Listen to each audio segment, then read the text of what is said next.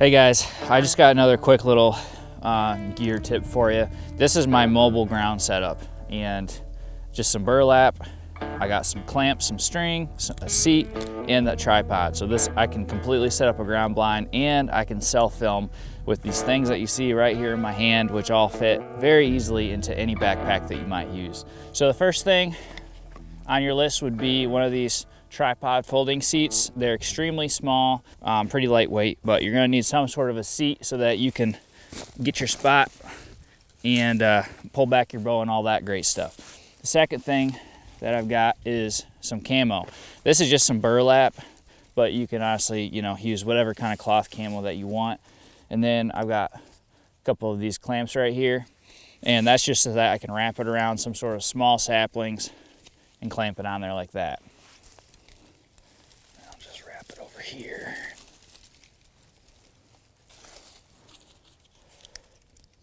So this just gives a little bit of screening for me.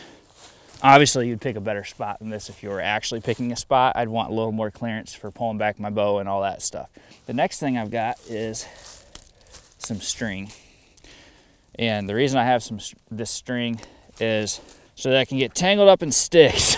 No, the reason I got this is just so that you can tie off any branches that might be in your shooting lanes.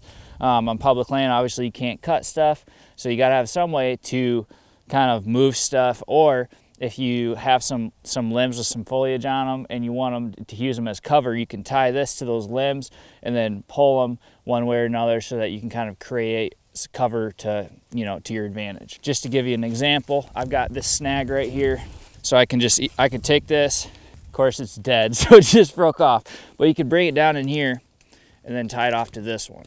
So not only did it clear out my shooting lane up in here, but it also pulled it this way, giving me a little bit more cover where I need it. The only other thing that you really need is some sort of a bow stand. So I've got one of these bow jacks here, and I just let you keep your bow in a ready position. And the reason that I need one particularly is because I self-film. So that's the other part of your equation. This is a micro travel tripod. So as you can see, it folded up extremely small and it expands out really nice. So the cool thing about this tripod is just how small, lightweight it is. It's crazy small, and it expands to be really big. This isn't expanded all the way. I could also loosen this one right here and get it even taller, but it's plenty big for any kind of tripod that you need. Now the downside to lightweight compact tripods is that most of the times they're not very steady. So I just put this camera up here for example. I have a small rig fluid head that I would be running this on. But when you try to move your camera around and stuff, as you can see, you're gonna be moving the tripod around too. So this one has a hook right here on the bottom, and that is for attaching weighted objects to secure this down. So a lot of times I bring a backpack in, so you can just easily take your backpack strap, clip it in right here, and that'll be some source of weight that will pull on this. That way when I move my camera around, I'm not gonna be messing with the tripod or tipping it over or anything like that. Another cool thing about this tripod is there's these buttons right here that you can press, and it will change the angle of how you want these legs. So obviously you can have it like a traditional tripod, but since this is so lightweight, you can either hook something heavy down here on the bottom, or you can expand these legs out more, which gives it a wider stance, much more stable. Or if you're turkey hunting or something like that and you want a lower profile, you want your camera to be a little bit lower to the ground, this is a great way to set this up too. So anyways, that's pretty much the gist of it. That's your self-filming setup.